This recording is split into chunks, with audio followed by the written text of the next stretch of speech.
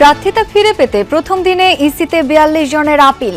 সবার সহযোগিতায় সুষ্ঠু ভোট আয়োজনের আশা সিইসির, প্রস্তুত আইন শৃঙ্খলা বাহিনী। যারা নির্বাচন বানচাল চেষ্টা করবেন তারা ব্যর্থ হবে।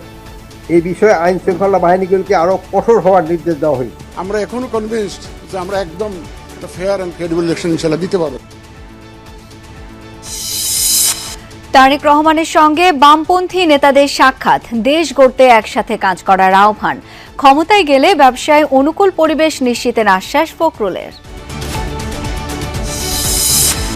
জামায়াতের সাথে জোটবদ্ধের অস্বস্তি কাটছে না এনসিপিতে। নতুন রাজনৈতিক বন্দোবস্তের লড়াইয়ে নেই তরুণদের দল।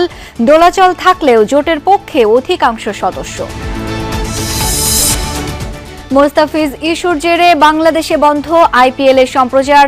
ভারত থেকে ম্যাচ সরানোর ব্যাপারে আইসিসি সিদ্ধান্তের অপেক্ষায় বিসিবি। আরও ৮ জুলাই যোদ্ধার পরিচয় শনাক্ত। বিগত আমলে গুমের ২৫% ঘটিয়েছে র্যাব। বাহিনীটি বিলুপ্তির সুপারিশ কমিশনের।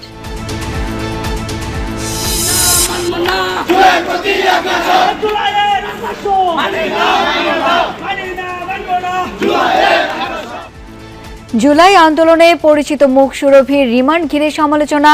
খবর ভাইরাল হবার পর তড়িঘড়ি জামিন। ভেনেজুয়েলা থেকে তুলে আনা প্রেসিডেন্ট মাদুরোকে নেওয়া হলো নিউ ইয়র্কের আদালতে। কারাকাসে আগ্রাসন বিরোধী বিক্ষোভ, ফের হামলার হুমকি ট্রাম্পের।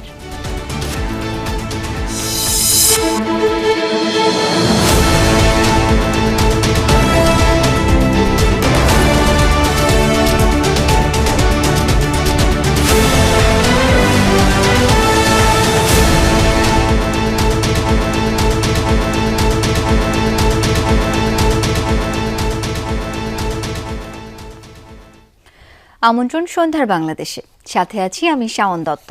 এতক্ষণ শিরোনামগুলো দেখছিলেন। মনোনয়নপত্র বাতিল হওয়া প্রার্থীরা আগারগাঁও নির্বাচন কমিশন অফিসে আপিলের আবেদন শুরু করেছেন। অঞ্চলভিত্তিক 10টি বুথে আপিল গ্রহণ চলবে 9 জানুয়ারি পর্যন্ত। এরপর শুনানি। আপিলকারীদের দাবি, বিভিন্ন তুচ্ছ কারণে তাদের মনোনয়ন বাতিল করা হয়েছে। সকালে বুথ পরিদর্শনে গিয়ে সিইসি বলেন, অবাধ ও সুষ্ঠু নির্বাচনের পরিবেশ বিরাজমান। ইসি সচিব জানিয়েছেন, প্রতিটি আপিলই গুরুত্বের সাথে নেবে কমিশন।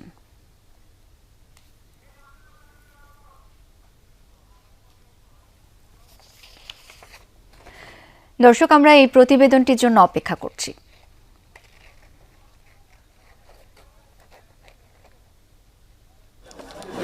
ত্রয়োদশ জাতীয় সংসদ নির্বাচনে যাচাই বাছাই শেষে সারা দেশে ২৫০০-এর বেশি প্রার্থীর মধ্যে ৭২৩ জনের মনোনয়নপত্র বাতিল করেন রিটার্নিং কর্মকর্তারা। অবৈধ বলে গণ্য হওয়া প্রার্থীরা আপিল করছেন ইসিতে। আপিল করতে আসা প্রার্থীদের কেউ কেউ ইসির নিরপেক্ষতা নিয়ে প্রশ্ন তোলেন, কেউ কেউ নিরাপত্তাহীনতায় ভুগছেন বলেও জানান। একই কারণে যদি একজনের মনোনয়ন বাতিল করে ডাইরেক্ট আর একজনকে সময় দিয়ে সংশোধনের সময় দেয়, তাহলে তো এটা বৈষম্য হলো। আমরা মাঠে কাজ করতে পারি না এবং আমাদেরকে গেলেই ওনার লোকজন দিয়ে আমাদের উপর মপ করার চেষ্টা করে। জীবনের নিরাপত্তা নেই, আমাদের পরিবার সবাইকে হুমকি দেয়। প্রার্থীরা যদি মানুষের কাছে স্বাক্ষর নিতে না পারি, তাহলে আমি কিভাবে জমা দিব?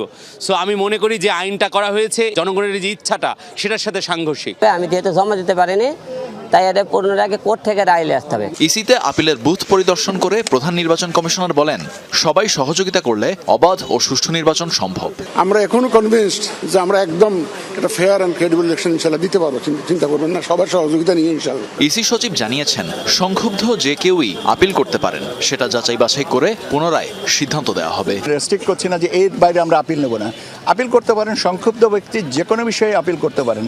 আমরা কাগজটা নেব, পরীক্ষান্তে সিদ্ধান্ত দেওয়া হবে। ডিসি অফিসে হেনস্থার শিকার মানিকগঞ্জ ৩ আসনের স্বতন্ত্র প্রার্থী আতাউর রহমান আতাও আপিল করেছেন। কোন পক্ষের সঙ্গে তারা ভালো আতাত আছে, আমার সঙ্গে তারা আমি যা বলি তা না বলি, তাদের কিভাবে সেভ করা যাবে সেই তারা নির্বাচনে যখন করে এটা ঘোষণা করে তখন ওইটা আমি লক্ষ্য করেছি। আমি ষড়যন্ত্রের শিকার হয়েছি, বুঝতে পেরেছি। টাকার মোহতে অনেক কিছু হয়ে গেছে সেখানে। ভোটারের এলাকার জটিলতায় মনোনয়নপত্র বৈধ হয়নি ঢাকা ৯ আসনের স্বতন্ত্র প্রার্থী তাসনিম জারার। তিনিও আপিলের ইতিবাচক ফলাফলের আশা করছেন। যারা স্বাক্ষর করেছেন এই প্রায় ৫,০০০ মানুষ এত অল্প সময়ে, ওনারা চান আমি যাতে নির্বাচনে কন্টেস্ট করতে পারি। তো সেই জন্য আমরা আপিল করেছি এবং আমরা আইনি প্রক্রিয়ার লড়াইটা চালিয়ে যাব। প্রথম দিন সারা দেশ থেকে মোট 42টি আপিল আবেদন জমা পড়েছে। তানভীর মৌসুম, যমুনা নিউজ, ঢাকা। ভোট বানচালের চেষ্টা হলে কঠোর ব্যবস্থা নেয়ার হুঁশিয়ারি দিয়েছেন স্বরাষ্ট্র উপদেষ্টা জাহাঙ্গীর আলম চৌধুরী। দুপুরে সচিবালয়ে আইন শৃঙ্খলা সংক্রান্ত উপদেষ্টা কমিটির 19তম বৈঠক শেষে এই হুঁশিয়ারি দেন তিনি। বলেন, ফ্যাসিস্টের এজেন্টরা বিভিন্ন দলে অনুপ্রবেশ করে নাশকতা করতে পারে, এই বিষয়ে সতর্ক থাকার পরামর্শ স্বরাষ্ট্র উপদেষ্টার। ভোটের বাকি আর মাত্র মাসখানেক। শেষ হয়েছে মনোনয়ন যাচাই বাছাই, দল এবং প্রার্থীরাও নেমেছেন ভোটের মাঠে।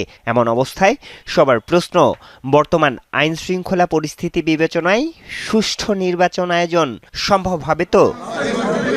এই পরিস্থিতিতে সচিবালয়ে বসে আইন শৃঙ্খলা সংক্রান্ত উপদেষ্টা পরিষদ কমিটির 19তম বৈঠক। পরে গণমাধ্যমের মুখোমুখি হন উপদেষ্টা। গোয়েন্দা নজরদারি বৃদ্ধি। উপদেষ্টা জানান, যথাসময়ে হবে ভোট, বানচালের চেষ্টা হলে কঠোর হস্তে দমন। বর্তমান অন্তর্বর্তীকালীন সরকার যথাসময়ে নির্বাচন অনুষ্ঠানে অটল। যারা নির্বাচন বানচাল চেষ্টা করবেন তারা ব্যর্থ হবে। এই বিষয়ে আইন শৃঙ্খলা বাহিনীগুলোকে আরো কঠোর হওয়ার নির্দেশ দেওয়া হয়েছে। ওসমান হাদি হত্যার বিচার নিয়ে কথা বলেন স্বরাষ্ট্র উপদেষ্টা। স্বরাষ্ট্র সচিব জানান, হাদি হত্যা মামলার চার্জশিট প্রস্তুত, জমা দেয়া হবে 7 জানুয়ারির মধ্যে। এই মামলাটির সর্বোচ্চ গুরুত্ব দিয়ে দেখছেন।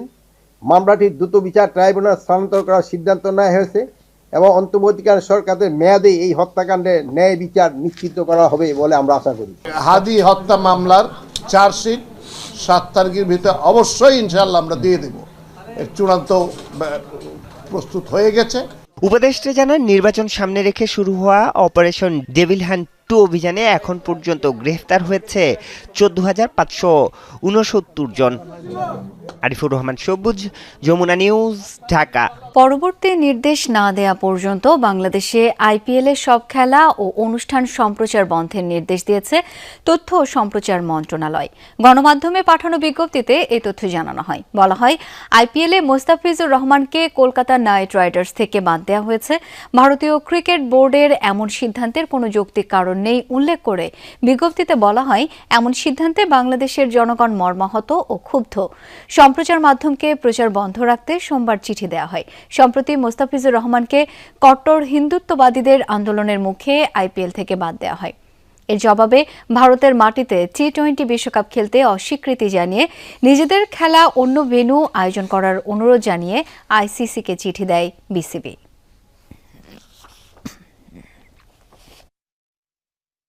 ভারতের মাটিতে বিশ্বকাপ খেলতে না চেয়ে আইসিসিকে চিঠি দিয়েছে বাংলাদেশ ক্রিকেট বোর্ড। সভাপতি আমিনুল ইসলাম বুলবুল জানিয়েছেন, দ্রুতই আইসিসি বিসিবিকে ডাকবে। দুই পক্ষের আলোচনা শেষে সিদ্ধান্ত আসবে টি-20 বিশ্বকাপে বাংলাদেশের ভেন্যু বদল হচ্ছে কিনা। সদ্য প্রয়াত বাংলাদেশের সাবেক প্রধানমন্ত্রী বেগম খালেদা জিয়ার মৃত্যুতে শোক ও সমবেদনা জানাতে বাংলাদেশ ক্রিকেট বোর্ডের সভাপতির নেতৃত্বে সোমবার বিকেলে বাংলাদেশ জাতীয়তাবাদী দল বিএনপির পার্টি অফিস গুলশানে যান বিসিবি পরিচালকরা। সেখানে গিয়ে শোক বার্তা লেখেন বিসিবি সভাপতি আমিনুল ইসলাম বুলবুল। আজ মহান নেত্রীকে মিস করব। তিনি আমাদের সমস্ত স্পোর্টস সহ ক্রিকেটকে অনেক সাহায্য সহযোগিতা করে গিয়েছেন। তো এই জন্য এইসব কথা আমরা লিখেছি এবং আল্লাহর কাছে দোয়া করে আমরা চিঠিটা আমরা আমাদের শোক বইতে লিখেছি। সম্প্রতি মুস্তাফিজুর রহমানকে আইপিএল থেকে বিসিসিআই এর বাদ দেয়া ইস্যুতে উত্তাল ক্রিকেট বিশ্ব। ভারতের মাটিতে বিশ্বকাপ খেলতে না চেয়ে আইসিসিকে চিঠিও দিয়েছে বাংলাদেশ ক্রিকেট বোর্ড। দ্রুতই আইসিসির সঙ্গে বসবে বাংলাদেশ ক্রিকেটের অভিভাবক সংস্থা। এই মুহূর্তে সিকিউর ফিল করছি না আমাদের টিমটা ভারতে গিয়ে বিশ্বকাপ খেলুক। তো আমরা আইসিসিকে চিঠি লিখেছি এবং চিঠিতে আমরা পরিষ্কারভাবে জানিয়ে দিয়েছি আমরা কি বলতে চাচ্ছি, কেননা আমাদের কাছে মনে হচ্ছে সিকিউরিটি একটা বড় কনসার্ন এবং সেটা ফলো করছি। আমরা আইসিসিকে মেল পাঠিয়েছি এবং আমরা সাথে সাথে তাদের কাছ থেকে একটা মিটিং করার জন্য তারা আমাদেরকে বলবে খুব তাড়াতাড়ি। সেখানে আমাদের কথাগুলো আমরা এক্সপ্রেস করবো। বাট যে ইমেলটা পাঠিয়েছে তার রিপ্লাইয়ের উপরে নির্ভর করছে আমরা পরবর্তী পদক্ষেপ কি নেব। এখনও বিসিসিআই এর সঙ্গে কথা হয়নি বিসিবির। তবে অপমানজনক কোনো বিষয়েই ছাড় দিতে চান না বাংলাদেশ ক্রিকেটের নীতি নির্ধারকরা।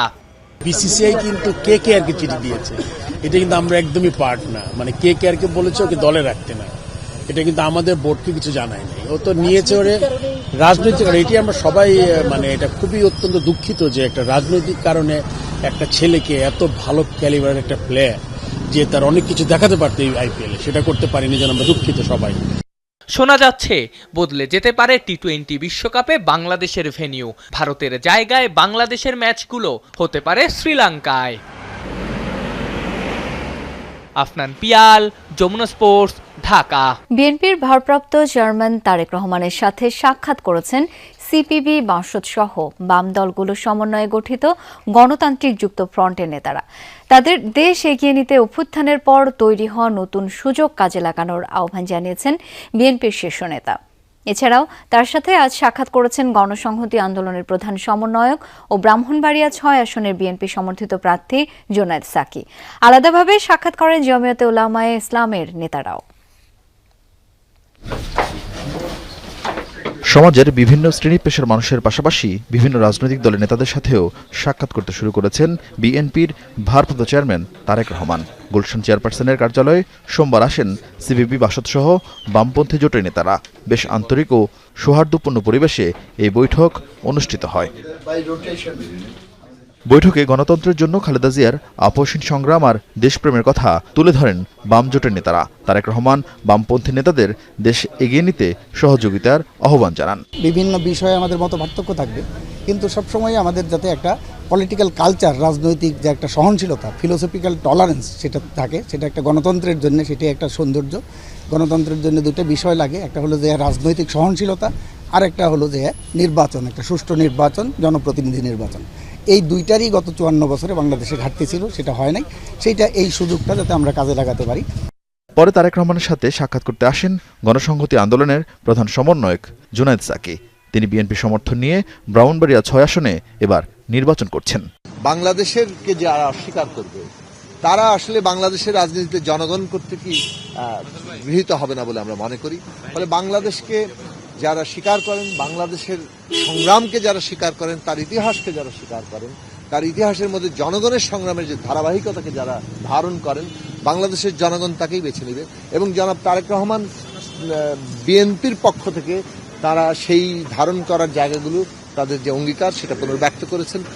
এছাড়াও তারেক রহমানের সাথে সাক্ষাৎ করেন ব্রাহ্মণবাড়িয়া 2 আসনের বিএনপি জোটের প্রার্থী ও জমিয়ত নেতা জুনায়েদ আল হাবিব। এ সময় খালেদা জিয়ার মৃত্যুতে সমবেদনার পাশাপাশি নির্বাচনের কৌশল নিয়ে তারা আলোচনা করেন। আরেফিন শাকিল, যমুনা নিউজ, ঢাকা। রিমান্ড আবেদন মঞ্জুরের 3 ঘণ্টার মধ্যে জামিন পেলেন গাজীপুরের তাহরিমা জান্নাত সুরভি। চাঁদাবাজি সহ কয়েকটি অভিযোগে দায়ের মামলায় বিকেল 3টার দিকে তার 2 দিনের রিমান্ডের আদেশ দেন গাজীপুর সিনিয়র জুডিশিয়াল ম্যাজিস্ট্রেট আদালত। জুলাই আন্দোলনে সক্রিয় সুরভির রিমান্ডের প্রতিবাদে আদালত প্রাঙ্গণে বিক্ষোভ করে তার সহযোদ্ধারা। সন্ধ্যায় জজ আদালত তার জামিন মঞ্জুর করেন। মিথ্যা মামলায় গ্রেপ্তারের অভিযোগের পাশাপাশি প্রশ্ন উঠেছে উল্লেখ করা বয়স নিয়েও। স্বজনদের দাবি 21 বছর বলা হলেও জন্ম সনদ অনুযায়ী সুরভির বয়স 17।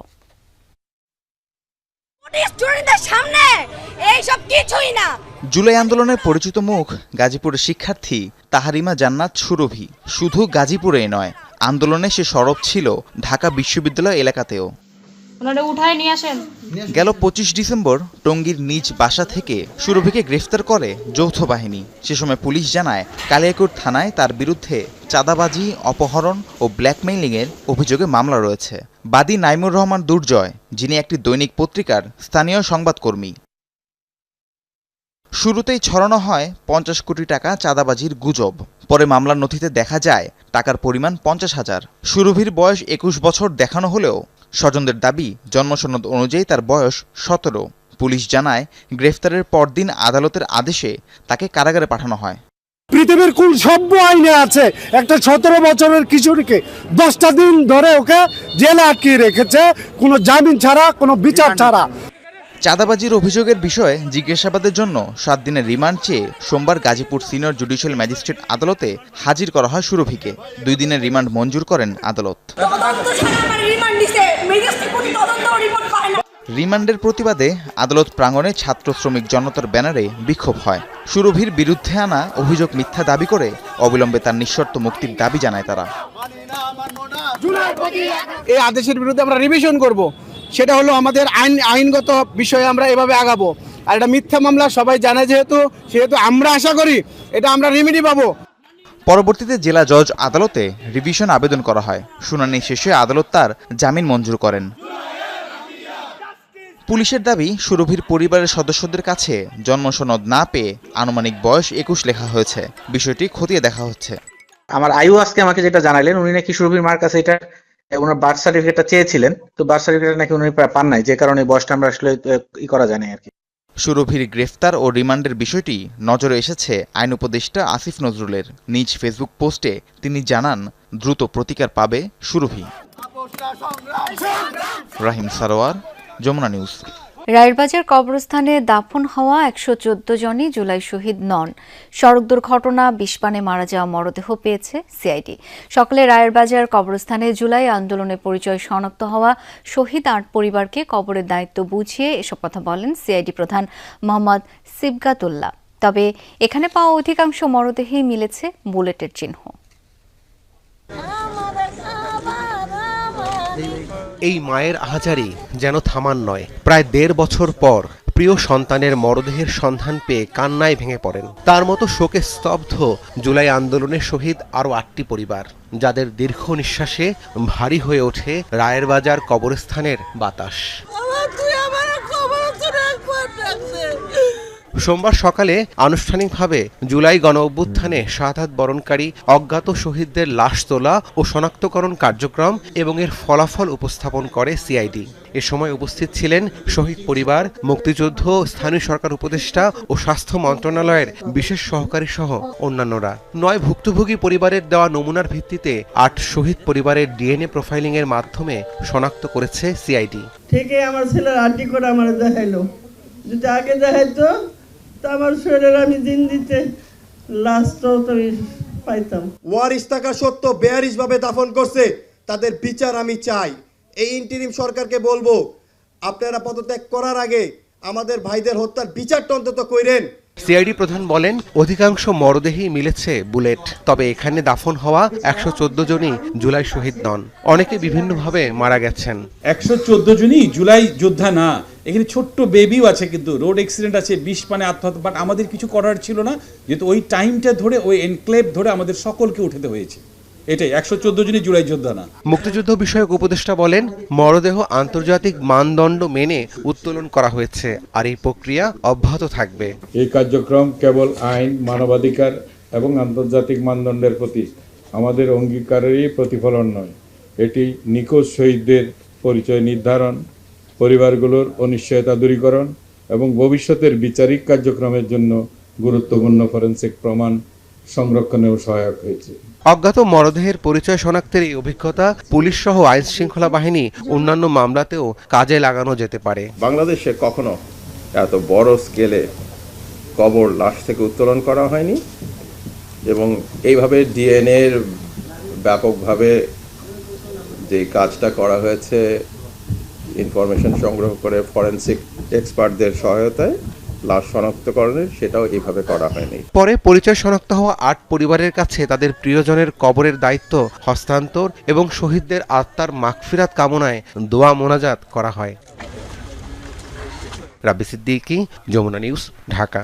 ক্ষমতায় গেলে আমলাতান্ত্রিক জটিলতা কমাতে শক্তিশালী করা হবে বাণিজ্যিক সংগঠনগুলোকে।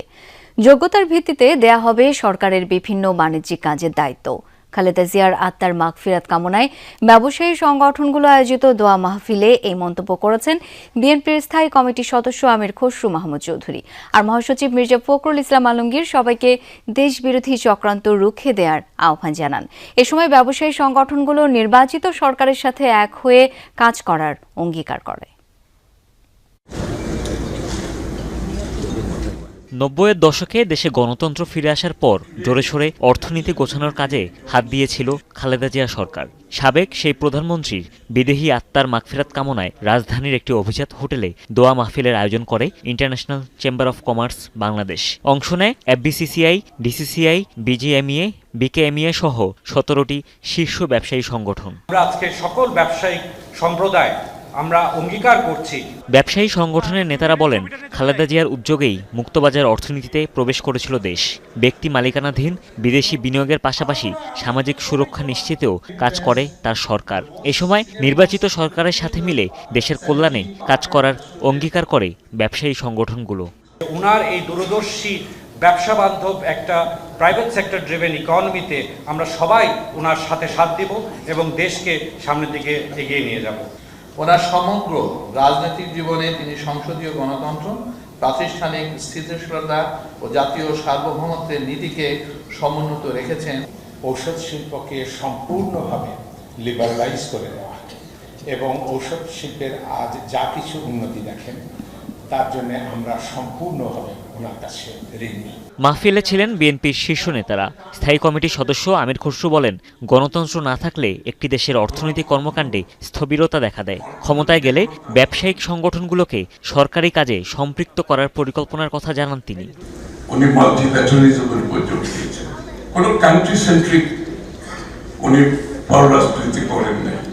আগামী দিনে আপনারা দোয়া করেন, আপনারা ক্যাপাসিটি বিল্ডিং করেন, অনেকগুলো সরকারি কর্মকাণ্ড যেগুলো আপনারা করতে পারবেন সেগুলো আমরা আপনাদের হাতে তুলে দেবো ইনশাআল্লাহ।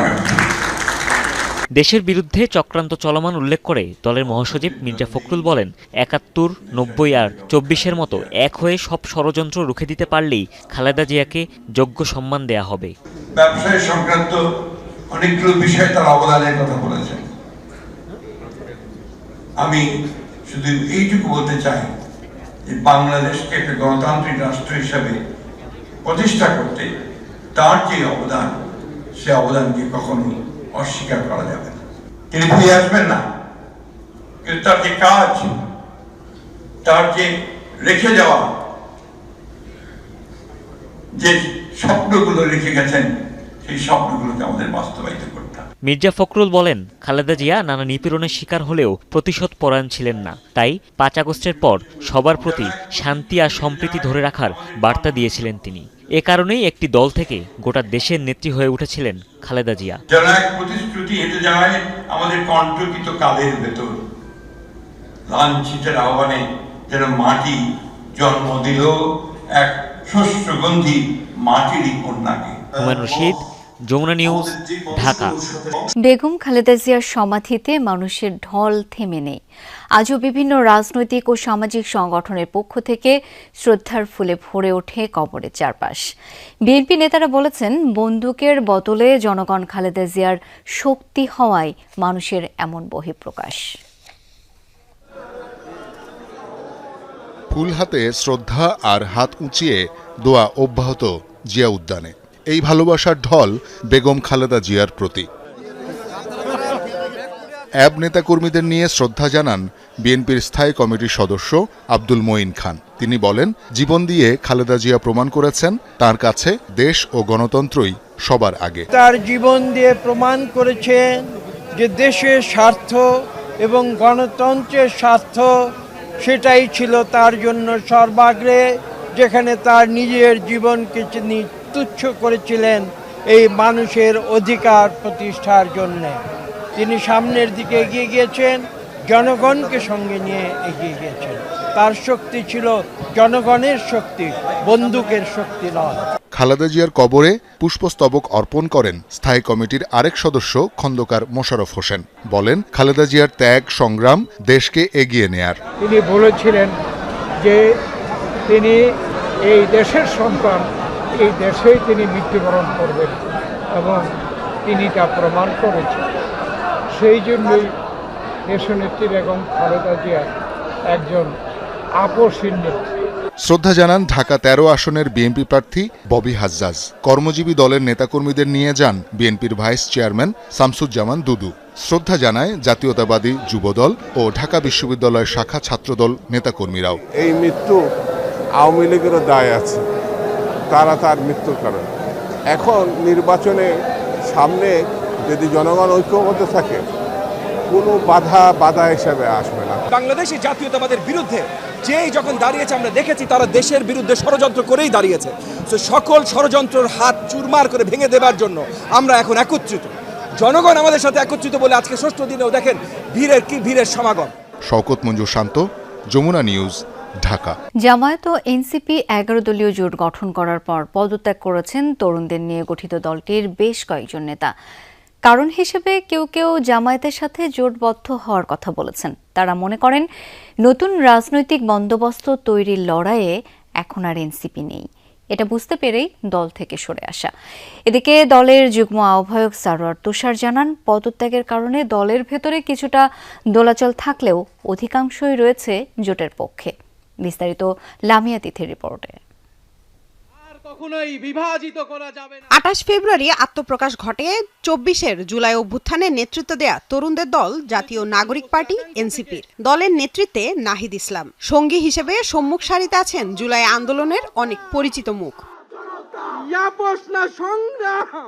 10 ডিসেম্বর ত্রয়োদশ জাতীয় সংসদ নির্বাচনের জন্য 125 আসনে প্রার্থী ঘোষণা করে এনসিপি। বলা হয় নির্বাচনে এককভাবে প্রার্থী দেওয়া হবে 300 আসনে। ডিসেম্বরের দ্বিতীয় সপ্তাহেই এবি পার্টি ও রাষ্ট্র সংস্কার আন্দোলনের সাথে জোট করে এনসিপি। আমরা অবশ্যই 300 আসনেই প্রার্থী দিব। 2 সপ্তাহের মাথায় জামায়াতে ইসলামের সাথে নির্বাচনী জোট গড়ে নতুন করে আলোচনায় দলটি। এনসিপি এটা আমাদের একটি মজবুত নির্বাচনী সমঝোতা। এরপরই দলের ভেতরে এ নিয়ে মতপার্থক্য দৃশ্যমান হতে থাকে। সিদ্ধান্ত পুনর্বিবেচনায় আহ্বান জানান 30 নেতা। জামায়াত জোটের সিদ্ধান্তে অটল থাকায় পদত্যাগের হিড়িকও শুরু হয়। দল ছাড়ে কেন্দ্রীয় আহ্বায়ক কমিটি ও তৃণমূলের অন্তত 1.5 ডজন নেতা। এরই মধ্যে স্বতন্ত্রভাবে নির্বাচনে লড়াইয়ের ঘোষণাও দিয়েছেন কেউ কেউ। কয়েকজন আবার নিজেকে গুটিয়ে নিয়েছেন রাজনীতি থেকে। নতুন একটি রাজনৈতিক বন্দোবস্ত, বৈষম্যহীন রাজনৈতিক ব্যবস্থার লড়াইয়ে এনসিপি আর নেই। সেই মুহূর্তে আমরা আমাদের লড়াইকে ত্যাগ না করে এনসিপিকে ত্যাগ করেছি, পার্টিকে ত্যাগ করেছি। আমরা আমাদের লড়াইটা কিন্তু ঠিকই চালিয়ে যাচ্ছি এবং চালিয়ে যাব। যে কারণে আমরা মনে করেছি যে এনসিপি আসলে এই লড়াইয়ে এখন আর নেই। পুরনো রাজনৈতিক দলগুলোর সাথে একটি আপোষ রফায় গিয়েছে, যেখানে আপোষ রফার শর্তগুলো যথেষ্ট আত্মমর্যাদা হানিকর বলে আমাদের কাছে মনে হয়েছে। এনসিপি আসলে জুলাইয়ের যে শক্তি, জুলাই কেন্দ্রিক রাজনৈতিক মেরুকরণে আসলে তারা ব্যর্থ হয়েছে। যে এই ব্যর্থতা হওয়ার কারণে তারা দুর্বল হয়েছে এবং সেই পুরনো রাজনৈতিক যে এস্টাবলিশমেন্ট, এখানে তাদেরকে নানান পর্যায়ে নানানভাবে আসলে আপোষের আশ্রয় নিতে হচ্ছে, যা নাকি আসলে জুলাইয়ের যেই আকাঙ্ক্ষা, সেই আকাঙ্ক্ষার সাথে সাংঘর্ষিক। সেজন্য আমরা সিদ্ধান্ত নিয়েছি যে, ব্যক্তিগতভাবে আমি সিদ্ধান্ত নিয়েছি যে আসলে আমি এনসিপির সাথে আর বর্তমানে কাজ করা সম্ভব নয়। ভোটের আগে দলের এই হোঁচটকে চ্যালেঞ্জ মনে করছে না এনসিপি। কেন্দ্রীয় নেতাদের দাবি, গণতান্ত্রিক উপায়ে সিদ্ধান্ত নেয় বিশ্বাসী তারা। হঠাৎ করে এই কিছু সদস্যদের পদত্যাগের কারণে একটা সাময়িক অস্বস্তি তৈরি হয়েছে, অস্বীকার করা যাবে না, কিন্তু সেটা আমরা সেটেল করার চেষ্টা করছি। যেহেতু তারা আমাদের দীর্ঘদিনের সহযোদ্ধা ছিলেন, এটা তো একটা ক্ষতি। এই জায়গাগুলো কখনোই শূন্যস্থান থাকে না এবং আমরা এটাকে আবার দ্রুততম সময়ের মধ্যে পুনর্গঠন করার চেষ্টা করছি। দলের অধিকাংশরা 11 দলীয় জোটের পক্ষে রয়েছে বলেও জানান এনসিপির এই নেতা। দলের অধিকাংশ সদস্যরাই কিন্তু এই জোটের পক্ষে আছে। লামিয়া তিথি, যমুনা নিউজ, ঢাকা। গুমের মতো অপরাধ সংগঠনের দায়ে র্যাব বিলুপ্তির সুপারিশ করেছে গুম সংক্রান্ত কমিশন অব ইনকোয়ারি। কমিশনের প্রতিবেদনে এই সুপারিশ করা হয়েছে। রিপোর্টে উল্লেখ করা হয় 2024 সালের 5 আগস্ট পর্যন্ত গুমের ঘটনার 25% হয়েছে র্যাব কর্তৃক। সোমবার বিকেলে কমিশন কার্যালয়ে গণমাধ্যমের সামনে গুম সংক্রান্ত প্রতিবেদনের বিস্তারিত তুলে ধরে কমিশন। গুমের পরে ফিরে আসেনি 251 জন। উগ্রপন্থা দমন সহ গুরুতর অপরাধ নিয়ন্ত্রণে প্রতিষ্ঠা হয়েছিল পুলিশের স্বতন্ত্র ইউনিট এলিট ফোর্স র্যাব। কিন্তু নানা কারণে বিতর্কিত হয়ে পড়ে বাহিনীটি। গুম সংক্রান্ত কমিশনের প্রতিবেদনে উঠে এসেছে গেল 15 বছরে কখনো এককভাবে, কখনো বিভিন্ন গোয়েন্দা সংস্থার সঙ্গে যৌথভাবে গুমের মতো অপরাধে জড়িত র্যাব। প্রতিবেদনে উল্লেখ করা হয়, কমিশনের প্রাপ্ত অভিযোগগুলোর মধ্যে 25% র্যাব এবং 23% গুমের সঙ্গে জড়িত পুলিশ। অভিযোগ পাওয়ার পর সামরিক গোয়েন্দা সংস্থা, র্যাব, এনএসআই সহ বিভিন্ন বাহিনীর স্বীকৃত ও গোপন আটক কেন্দ্র পরিদর্শন করে কমিশন। প্রধান উপদেষ্টার কাছে অনুরোধ করে এসেছি যে সরকারের তরফ থেকে এই বিষয়গুলো উদ্ঘাটন করার জন্য, অর্থাৎ ভিকটিম পরিবারের ডিএনএ স্যাম্পল কালেক্ট করা এবং ভবিষ্যতে যাতে ওইখানে যাদের দাফন করা হয়েছে যে সন্দেহজনক স্পটগুলো আছে সেইটার সাথে ম্যাচিং করে কিনা, অর্থাৎ একটা ইনডেপথ ইনভেস্টিগেশন দরকার। প্রতিবেদনে উঠে এসেছে 1569টি অভিযোগ সক্রিয় বিবেচনায় নেয় কমিশন। এর মধ্যে 251 জন নিখোঁজ এবং 36 জনের গুম পরবর্তী লাশ উদ্ধার হয়। গুমের পর এখনও নিখোঁজ আছে বিএনপির 68% ও জামাত শিবিরের 22% নেতাকর্মী, আর জীবিত ফেরাদের মধ্যে আছে বিএনপির 22% এবং জামাত শিবিরের 75% নেতাকর্মী। এটা পুলিশের দায়িত্ব খুঁজে বের করা। তারপরেও যেহেতু এটা আমরা তদন্ত করছি, অনুসন্ধান যেহেতু ইনকোয়ারি আমরা করেছি, আমরা চেষ্টা করেছি to find out the whereabouts of the victims, even to find out the remains of the victims, দেহাবশেষ পাওয়া যায় কিনা, কিন্তু আমরা পাইনি। এখন এটা আইসিটি ইনভেস্টিগেটিং টিম ওরা ইনভেস্টিগেট করলে সেগুলো হয়তো পাওয়া যেতে পারে বা ক্লোজার আমরা জানতে পারি। প্রতিবেদনে র্যাব বিলুপ্তকরণ, অভ্যন্তরীণ আইন শৃঙ্খলা রক্ষার কাজ থেকে সশস্ত্র বাহিনী প্রত্যাহার, সন্ত্রাসী বিরোধী আইন 2009 বাতিল বা সংশোধন, রাষ্ট্রীয় বাহিনীগুলোকে কঠোর জবাবদিহিতায় আনা, আয়নাঘরগুলোকে জাদুঘরে রূপান্তর সহ বেশ কিছু সুপারিশ করেছে কমিশন। আলটিমেটলি তো রিফর্মস লাগবে। আমাদের যে গোয়েন্দা সংস্থা আছে প্রত্যেকটা রিফর্মস লাগবে। আমাদের দেশের গোয়েন্দা সংস্থা কি করে আপনার ইন্টারনাল পলিটিক্সে তারা মানে নাক গলায়। কেন নাক গলায়? ওইটা পার্ট ইন পাওয়ার চায় বলে, এবং ওদের তো মিসইউজ করা হয়েছে, সবাই করছে কম বেশি, কিন্তু ইমিডিয়েট পাস্ট গভর্নমেন্ট বেশি করেছে। আগামীতে গুমের মতো অপরাধ যাতে সংঘটিত না হয় সেজন্য পদক্ষেপ নেয়ার সুপারিশও আছে কমিশনের প্রতিবেদনে। রিয়াজ রায়হান, যমুনা নিউজ, ঢাকা। ব্রুকলিনের মেট্রোপলিটন ডিটেনশন সেন্টার থেকে ম্যানহাটনের ফেডারেল আদালতে নেওয়া হয়েছে ভেনেজুয়েলার প্রেসিডেন্ট নিকোলাস মাদুরো তার স্ত্রী সিলিয়া ফ্লোরেসকে। কয়েদিদের পোশাক পরিয়ে হেলিকপ্টার যোগে ম্যানহাটনে নেওয়া হয় এই দম্পতিকে। পরে গাড়ি বহরে করে কোর্ট বিল্ডিংয়ে নেওয়া হয় তাদের। কিছুক্ষণের মধ্যেই দুজনের বিচার প্রক্রিয়া শুরু হবে। মাদক সন্ত্রাস উস্কে দেওয়া, যুক্তরাষ্ট্রে কোকেন রপ্তানির ষড়যন্ত্র আর অবৈধ অস্ত্র রাখার অভিযোগ তোলা হয়েছে মাদুরো দম্পতির বিরুদ্ধে। মার্কিন কর্তৃপক্ষের দাবি, দীর্ঘ কয়েক বছর ধরে যুক্তরাষ্ট্রে কোকেন পাচারে সহযোগিতা করছেন ভেনেজুয়েলার প্রেসিডেন্ট। শনিবার ভেনেজুয়েলার নজিরবিহীন অভিযান চালিয়ে যুক্তরাষ্ট্রে তুলে নিয়ে আসা হয় মাদুরো ও তার স্ত্রীকে। এরপর ব্রুকলিনের কুখ্যাত মেট্রোপলিটন ডিটেনশন সেন্টারে বন্দী করে রাখা হয়। ভেনেজুয়েলার বর্তমান প্রশাসন ওয়াশিংটনকে সহায়তা না করলে আবারও দেশটিতে হামলা করা হবে এমন হুঁশিয়ারি দিয়েছেন মার্কিন প্রেসিডেন্ট ডোনাল্ড ট্রাম্প। ভেনেজুয়েলা পরিচালনার দায়িত্ব যুক্তরাষ্ট্রের, আবারও এমন দাবি জানিয়ে ট্রাম্প বলেন দেশটির বর্তমান প্রশাসনের অসহযোগিতা মেনে নেওয়া হবে না। এদিকে মাদুরোর পক্ষে বিক্ষোভ চলছে কারাকাস সহ ভেনেজুয়েলার বিভিন্ন স্থানে। মার্কিন আগ্রাসনের বিরুদ্ধে কঠোর জবাব দিয়ে সামরিক বাহিনীর প্রতি আহ্বান আন্দোলনকারীদের। হাতে আগ্নেয়াস্ত্র, চোখে আর কণ্ঠে আগুন নিয়ে কারাকাসের রাজপথে মাদুরোর অনুসারীরা। কারো হাতে প্ল্যাকার্ড, আবার কারো হাতে মাদুরোর পুতুল। দাবি একটাই, যে কোনো মূল্যে ফেরত দিতে হবে ভেনেজুয়েলার প্রেসিডেন্টকে। চোখের সামনে দিয়ে কিভাবে তুলে নেওয়া হলো প্রেসিডেন্ট এবং ফার্স্ট লেডিকে, তা যেন কোনোভাবেই মানতে পারছেন না ভেনেজুয়েলার সাধারণ মানুষ। মাদুরোকে নিরাপত্তা দিতে ব্যর্থতার অভিযোগ তুলে সমালোচনা করা হয় সামরিক বাহিনীরও। আমরা কোনোভাবেই যুক্তরাষ্ট্রের দালাল সরকার চাই না।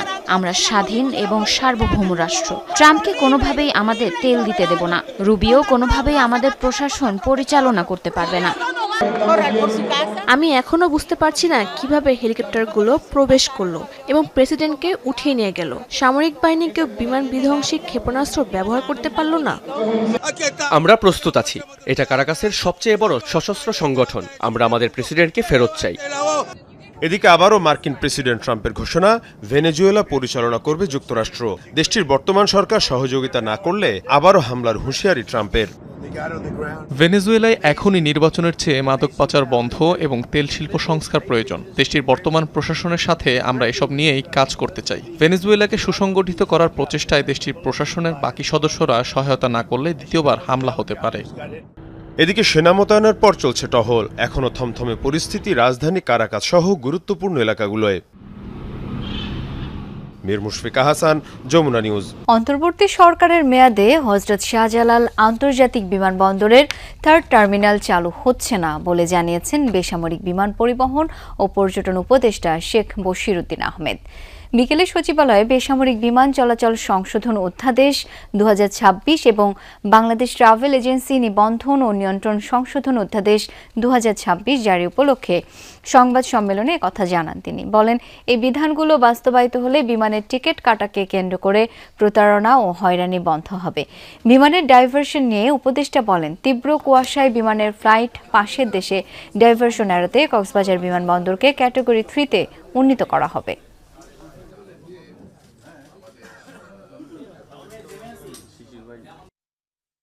টার্মিনাল চালু করার জন্য প্রাণান্ত চেষ্টা ছিল। আমি নিজে ব্যক্তিগতভাবে জাপানিজ ভাইস মিনিস্টারের সাথে মিটিং করেছি, বাট আমাদের প্রচেষ্টা সম্ভবত সফল হয়নি। সো আমরা এটার যে পদ্ধতিগত যে প্রয়োজনগুলো রয়েছে পরবর্তী কর্মকাণ্ডের জন্য, সেই পদ্ধতিগত প্রয়োজনগুলোকে আমরা সচল করার পদ্ধতিতে বর্তমানে নিয়োজিত আছি এবং পরবর্তী সরকারি বিষয়ে সিদ্ধান্ত নেবে। সম্মিলিত ইসলামী ব্যাংক থেকে কাউকে চাকরিচ্যুত করা হবে না, তবে অপরাধে জড়িতদের ছাড় দেওয়া হবে না। ফরেনসিক অডিটের মাধ্যমে কর্মকর্তাদের দায় চিহ্নিত করা হবে। বিকেলে সংবাদ সম্মেলনে এই তথ্য জানিয়েছেন বাংলাদেশ ব্যাংকের governor doctor Ahsan H Mansur. ক্ষুদ্র আমানতকারীরা এখনই টাকা তুলতে পারবেন, আর বড় আমানতকারীদের টাকা ফিরে পেতে 2 বছর অপেক্ষা করতে হবে। তবে সম্মিলিত ইসলামী ব্যাংকের সবার আমানত নিরাপদ থাকবে বলেও আশ্বাস দেন গভর্নর। আমরা যে ফরেনসিক অডিট করতে যাচ্ছি, সেই ফরেনসিক অডিটের মূল উদ্দেশ্য হচ্ছে দুটো জিনিস আইডেন্টিফাই করা, যে এই ব্যাংকগুলোর এই অবস্থার জন্য দায়ী কারা। আগের বোর্ডই হোক বা যেসব ঋণ গ্রহীতা বিভিন্নভাবে জাল চতুরির মাধ্যমে টাকা নিয়ে গেছে, অথবা ব্যাংকের ভিতরে কোনো কর্মকর্তাও হোক, তাদের যোগসাজশে তাদেরকে চিহ্নিত করা এবং আইনগত ব্যবস্থা নেওয়া। মোহাম্মদপুরের চন্দ্রিমা বাজারে স্বর্ণের দোকানে ভয়াবহ চুরির ঘটনা ঘটেছে। নিয়ে গেছে প্রায় 2 কোটি টাকার মালামাল। সোমবার ভোর রাতের দিকের ঘটনা। সিসি ফুটেজে দেখা যায় কেচি গেট ও শাটারের তালা ভেঙে মোহাম্মদপুরের রানা জুয়েলার্সে ঢোকে চোর চক্রের একাধিক সদস্য, যাদের সবাই মুখোশ পরা ছিল। এ সময় দোকানের স্বর্ণ, রূপা এমনকি সিন্দুকটাও নিয়ে যায় তারা। পরে ট্রাকে করে মালামাল সহ ভোরের আলো ফোটার আগে পালিয়ে যায় এই চক্রটি। এই ঘটনার সিসিটিভি ফুটেজ এবং চোরদের গতিবিধি পর্যালোচনা করে আইনের আওতায় আনার কথা জানান পুলিশ। যথেষ্ট পরিমাণ সেফটি আছে, এত কিছু থাকার পরেও মনে করেন যে দোকান চুরি হয়, সব নিয়ে গেছে। প্লাস আমার যে আপনার লকারটা ছিল সিন্দুক, ওইটাও নিয়ে গেছে। রাত্রে এই যে পুরো রাস্তাটাতে আপনার বিন্দু মাত্র কোনো সিকিউরিটি থাকে না। এই এলাকায় তো কোনো নিরাপত্তা ওইরকম ভাবে নাই। 8 জন মানুষ মিলে যেহেতু চুরি করেছে, নিঃসন্দেহে তারা আগে থেকে এটা পরিকল্পনা করেছে। দ্রুত সময়ের মধ্যে আমরা চোরাইকৃত মালামাল উদ্ধার করতে পারবো এবং এই চুরির সাথে যারা যুক্ত অপরাধী তাদেরও আমরা ধরতে পারবো। চট্টগ্রামে শীতের রাতে সড়কের পাশ থেকে উদ্ধার হওয়া 2 শিশুর মধ্যে একজনের মৃত্যু হয়েছে। সোমবার বিকেলে চট্টগ্রাম মেডিকেলে নবজাতক নিবিড় পরিচর্যা কেন্দ্র এনআইসিইউতে চিকিৎসাধীন অবস্থায় 2 বছর বয়সী মোর্শেদের মৃত্যু হয়। মরদেহ দাদির কাছে হস্তান্তর করা হতে পারে বলে জানিয়েছে হাসপাতাল কর্তৃপক্ষ। গত 28 ডিসেম্বর সন্ধ্যায় আনোয়ারা উপজেলার মারখাইন ইউনিয়নের মাজার গেট থেকে 2 শিশুকে উদ্ধার করেন মহিমউদ্দিন নামের এক ব্যক্তি। পরে উপজেলা প্রশাসনের মধ্যস্থতায় 4 বছর বয়সী আয়েশাকে নিজের কাছে রাখেন মহিম। গুরুতর অসুস্থ মোর্শেদকে হাসপাতালে ভর্তি করানোর পর আজ মৃত্যু হয়। শিশুর বাবা খোরশেদ আলমকে দায়িত্বে অবহেলার দায়ে গ্রেপ্তার করেছে পুলিশ। তবে বাবার দাবি 6 মাস আগে তার স্ত্রী 2 সন্তানকে নিয়ে বাড়ি থেকে বের হয়ে আর ফিরে আসেনি। এই ছিল আজকের সন্ধ্যার বাংলাদেশের আয়োজনে। এতক্ষণ আমাদের সাথে থাকার জন্য সবাইকে অসংখ্য ধন্যবাদ।